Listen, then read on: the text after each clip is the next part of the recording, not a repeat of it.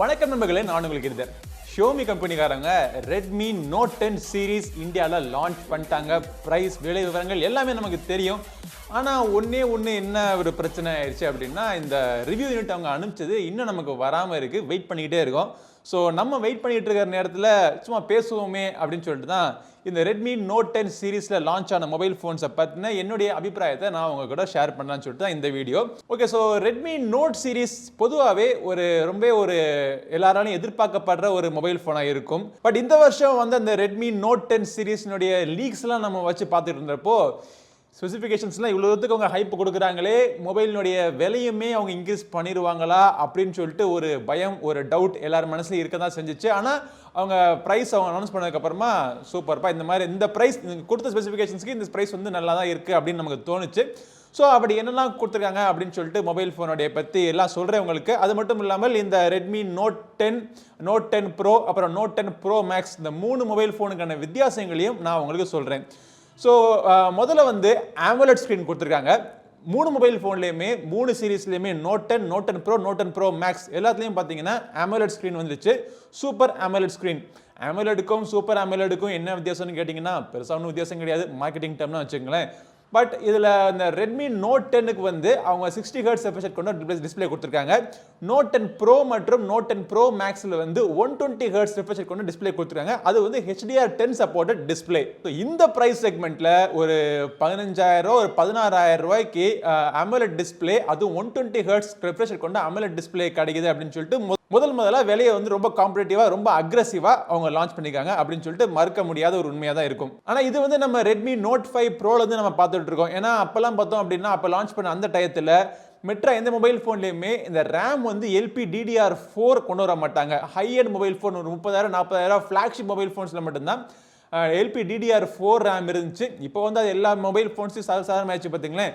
அதே மாதிரி இவங்க இந்த AMOLED ஸ்க்ரீனையும் வந்து இப்போ எல்லா மொபைல் ஃபோன்லையும் கொண்டு வந்ததுனால இனிமேல் வரக்கூடிய மொபைல் ஃபோன்ஸ்லையும் இந்த AMOLED ஸ்க்ரீன் அப்படிங்கிற ஒரு டெக்னாலஜி வந்து ரொம்ப சர்வசாதாரணமாக ஆயிரும் அப்படின்னு சொல்லிட்டு நான் நினச்சிக்கிட்டு இருக்கேன். பட் மொபைல் ஃபோனை பார்த்தோம் அப்படின்னா, ஆக்சுவலாக என்னுடைய வீடியோஸ் சில பேர் பார்த்துருப்பீங்க, ஒரு 2,000 பேர் பார்த்துருப்பீங்கன்னு நினைக்கிறேன். நம்ம ஊரில் ஒருத்தர் வந்து இந்த மொபைல் ஃபோனை வந்து விற்றுக்கிட்டு இருந்தாங்க. அதை லான்ச் பண்ணுறதுக்கு முன்னாடியே எங்கேருந்தோ அவர் வாங்கி விற்றுக்கிட்டு இருந்தாங்க. ஸோ அவருடைய கடைக்கே போய் மொபைல் ஃபோனை எடுத்து நான் வந்து யூஸ் பண்ணி ஒரு வீடியோ போட்டு விட்டேன். அப்புறம் ஷியோமி கம்பெனிக்காரங்க கேட்டுக்கிட்ட ஒரு காரணத்தினால அந்த வீடியோவை நான் டெலீட் பண்ணிட்டேன்னு வச்சுங்களேன். பட் நான் யூஸ் பண்ணி பார்த்ததில் எனக்கு என்ன தோணுச்சு அப்படின்னா, இந்த ரெட்மி நோட் 10 வந்து ரொம்ப லைட் வெயிட்டாக இருந்துச்சு. நோட் 10 ப்ரோ, ப்ரோ மேக்ஸ்லாம் யூஸ் பண்ணி பார்க்கல, பட் ரொம்ப லைட் வெயிட்டான மொபைல் ஃபோன்ஸ். இதோடைய வெயிட் பார்த்தோம் அப்படின்னா, நோட் 10 உடைய வெயிட் வந்து 178 கிராம்ஸ், வெறும் வந்து 8.1 mm தான் திக்னஸ் இருக்கு. நோட் 10 ப்ரோ அப்புறம் நோட் 10 ப்ரோ மேக்ஸ், இது இரண்டுடைய வெயிட் பார்த்தோம் அப்படின்னா 192 கிராம்ஸ் இருக்கு, 8.3 mm திக்னஸ். ஸோ என்ன வித்தியாசம், எதுக்காக இந்த மாதிரி ஒரு வெயிட் ஒரு 20 கிராம் கூட வருது அப்படின்னு பார்த்தோம் அப்படின்னா, இந்த ரெட்மி நோட் 10 வந்து பிளாஸ்டிக் மொபைல் ஃபோன், பின்புறத்தில் பாலிகார்பனேட் யூஸ் பண்ணியிருக்காங்க. ரெட்மி நோட் 10 ப்ரோவும் ப்ரோ மேக்ஸும் வந்து பின்புறத்தில் கிளாஸ் யூஸ் பண்ணியிருக்காங்க. ஃப்ரண்ட் பார்த்தோம் அப்படின்னா டிஸ்பிளேக்குமே ரெட்மி நோட் 10ல வந்து கார்னிங் கொரில்லா கிளாஸ் 3க்கான ப்ரொடெக்ஷன் கொடுத்துருக்காங்க. நோட் 10 ப்ரோ மற்றும் நோட் 10 ப்ரோ மேக்ஸில் வந்து கார்னிங் கொரில்லா கிளாஸ் 5க்கான ப்ரொடெக்ஷன் ஃப்ரண்ட்லையும் பேக்லையும் கொடுத்துருக்காங்க. ஸோ இதுதான் இந்த வெயிட்டுக்கான வித்தியாசம். பட் மற்றபடி 2 மொபைல் ஃபோன்ஸ், மற்றபடி 3 மொபைல் ஃபோன்ஸ்லையுமே உங்களுக்கு IP52க்கான ரேட்டிங் கொடுத்துருக்காங்க. 3.5 mm ஆடியோ ஜாக் இருக்கு, IR போர்ட் இருக்கு, USB டைப் C போர்ட் இருக்கு, ஸ்டீரியோ ஸ்பீக்கர்ஸும் இந்த 3 மொபைல் ஃபோன்ஸ்லையும் கொண்டு வந்திருக்காங்க. ஸ்பீக்கர்ஸ் மட்டும் கிடையாது, 3.5 mm ஆடியோ ஜாக்ல இருந்து வரக்கூடிய சவுண்டு கூட ஹைரஸ் ஆடியோவா இருக்கும் அப்படின்னு சொல்றாங்க. ரேமோட டைப் பார்த்தோம் அப்படின்னா இரண்டிலுமே LPDDR4 டைப் ரேம் யூஸ் பண்ணியிருக்காங்க. 6GB வரைக்கும் உங்களுக்கு ரெட்மி நோட் 10ல கிடைக்குது. 8GB வரைக்கும் உங்களுக்கு நோட் 10 ப்ரோ மற்றும் நோட் 10 ப்ரோ மேக்ஸ்ல கிடைக்குது. மேக்ஸிமம் ஸ்டோரேஜ் பார்த்தோம் அப்படின்னா 128GB வரைக்கும் உங்களுக்கு கிடைக்கும். அது வந்து UFS 2.2 யூஸ் பண்ணியிருக்காங்க. ஸோ எல்லாமே பார்த்தோம்னா ஒரு ஹை எண்ட் ஸ்பெசிஃபிகேஷன்ஸ், எந்த ஒரு குறையுமே வைக்காம, இது வரைக்கும் எந்த ஒரு குறையுமே வைக்காம அவங்க கொடுத்துருக்காங்க. ப்ராசஸர் பார்ப்போம். இப்போ இந்த ப்ராசஸர் வந்து ஒரு எல்லாராலையும் பேசப்படுற ஒரு விஷயம் என்ன அப்படின்னு பார்த்தோம்னா, 2 மொபைல் ஃபோன்ஸ் 3 மொபைல் ஃபோன்ஸ்லையுமே உங்களுக்கு 5G இல்லாத ஒரு ப்ராசஸராக கொடுத்துட்டாங்க. ஸோ இது வந்து ஒரு டிஸ்அட்வான்டேஜா அப்படின்னு யோசிச்சு பார்த்தோம் அப்படின்னா, இது ஒவ்வொருத்தருடைய சொந்த எண்ணம். ஸோ என்னுடைய எண்ணம் என்ன அப்படின்னா, 5G இந்தியாவில் இன்னும் 3 இயர்ஸ் ஆகும், இல்லாட்டி 3 அதுக்கு மேலேயே ஆகலாம். சில பேர் வந்து இந்த ஜியோலாம் இப்போ இந்த வருஷத்துக்குள்ளே வருது அப்படின்னு சொல்கிறாங்களேப்பா அப்படின்னு சொல்லுவீங்க. இந்த வருஷத்துடைய கடைசிக்குள்ள ஒரு சில இடங்கள்ல அவங்களுக்கு எக்ஸ்பெரிமெண்டல் பேசிஸில் ரோல் பண்ணுவாங்க, அவ்வளோதான். அதுக்கப்புறமா உங்களுக்கு 5G அலோகேஷன் நடக்கணும், அப்புறம் 5G இன்ஃப்ராஸ்ட்ரக்சர் ஒவ்வொரு இடத்துலையும் ஒவ்வொரு ஊர்லேயும் ஒவ்வொரு பட்டி தொட்டிலையும் இன்ஃப்ராஸ்ட்ரக்சர்லாம் போடுறதுக்கு, நார்மலான ஒரு 3G டவரோ ஒரு 4G டவரோ போடுறதுக்கு 5G டவர் வந்து பயங்கரமான எக்ஸ்பென்சிவ். அவ்வளோ எக்ஸ்பென்சிவான ஒரு விஷயம் இந்தியா மாதிரியான ஒரு பெரிய ஒரு அடர்த்தியான ஒரு பாப்புலேஷன் கொண்ட ஒரு கண்ட்ரியில் வந்து அவங்க கொடுக்கணும் அப்படின்னா அதுக்கான காஸ்ட் வந்து பயங்கரமாக ஆகும். அதுக்கான காஸ்ட் இன்க்ரீஸ் ஆச்சு அப்படின்னா அந்த காஸ்ட்டை எங்கேருந்து ரெக்கவர் பண்ணுவாங்க அப்படின்னா நமக்கு ரெக்கவர் பண்ணுவாங்க. ஸோ 5Gயோட டேரிஃப்லாம் பார்த்தோம் அப்படின்னா எக்கச்சக்கமாக தாறுமாறாக இருக்கும். ஸோ என்னுடைய கணிப்பு படி மினிமம் 5 இயர்ஸ் கழிச்சு தான் நீங்கள் இன்னைக்கு ஒரு 4G டேரிஃபை எப்படி நீங்கள் இதை யூஸ் பண்ணுறீங்களோ அந்த அளவுக்கு 5G டேரிஃபும் எல்லாரும் யூஸ் பண்ணுற அளவுக்கு ஒரு கம்மியான விலையில் வரும். ஸோ அது வரைக்கும் 5G பற்றி பெருசாக ஒரு கவலைப்பட வேண்டிய அவசியம் கிடையாது அப்படின்னு சொல்லிட்டு என்னுடைய எண்ணம். ஆனால் சில பேர் வந்து நான் ஒரு மொபைல் ஃபோன் வாங்கினேன்னா ஒரு 3 வருஷத்துக்கு நான் மாற்ற மாட்டேன், எனக்கு வந்து 5G மொபைல் ஃபோன் இருந்துட்டு நல்லா இருக்கும் அப்படின்னு நினைக்கிறவங்களுக்கு அது ஒரு மிகப்பெரிய ஒரு டிஸ்அட்வான்டேஜாக தெரியலாம். ஸோ இது வந்து உங்களுடைய அபிப்பிராயம். ஸோ நான் ஒரு மொபைல் ஃபோன் வாங்கணும்னு நினச்சேன்னா 5G வச்சு நான் வாங்க மாட்டேன். ஸோ ஏன்னா நான் அடிக்கடி மொபைல் ஃபோன் மாற்றிக்கிட்டே இருப்பேன்னு வச்சுங்களேன். ஸோ என்ன மாதிரி நீங்கள் ஒரு 1.5 வருஷம் 2 வருஷத்துக்குள்ள மொபைல் ஃபோன் நீங்கள் மாற்றிக்கிட்டே இருக்கிறவரை இருந்தீங்க அப்படின்னா 5G வந்து பெரிய விஷயம் கிடையாது. பட் என்ன ப்ராசஸர் கொடுத்துருக்காங்க அப்படின்னா Note 10ல வந்து Snapdragon 678 கொடுத்துருக்காங்க. இது வந்து 675 உடைய நெக்ஸ்ட் வெர்ஷனுக்கான ஒரு ப்ராசஸர். அதே மாதிரி Note 10 Pro Note 10 Pro Maxலயும் Snapdragon 732G கொடுத்துருக்காங்க. G அப்படின்னு என்னது? கிரி. G for Giri. So Snapdragon 732G கிரி கொடுத்துருக்காங்க. பட் இதோடைய கேமரா வந்து ரொம்ப இம்பார்ட்டன்டான ஒரு விஷயமா இருக்கு நோட் பண்றதுக்கு. இப்போ Redmi Note 10ல பார்த்தோம் அப்படின்னா 48 மெகா பிக்சல் சோனியினுடைய IMX 582 சென்சர் கொடுத்துருக்காங்க. ஆனா Redmi Note 10 Pro Note 10 Pro Maxலயே பாத்தீங்கன்னா Samsung உடைய சென்சர் கொடுத்துருக்காங்க. அதுல வந்து Note 10 Pro Maxல வந்து 108 மெகா பிக்சல் Samsung உடைய HM2 சென்சர் கொடுத்துருக்காங்க. HM3 தான் லேட்டஸ்ட் 108 மெகா பிக்சல் சென்சர் Samsungல இருந்து. அது யூஸ் பண்ணாம ஒரு ப்ரீவியஸ் ஜெனரேஷன் Samsung உடைய HM2 யூஸ் பண்ணிருக்காங்க. ஆனா Redmi Note 10 Proல பார்த்தோம் அப்படின்னா 64 mega pixel GW3 sensor use பண்ணிருக்காங்க. இந்த 108 மெகா பிக்சல் சென்சர்ல நீங்க நோட் பண்ண வேண்டிய விஷயம் என்ன அப்படின்னா 48லயும் 64 மெகா பிக்சல்லையும் 4-in-1 பிக்சல் பின்னிங் டெக்னாலஜி.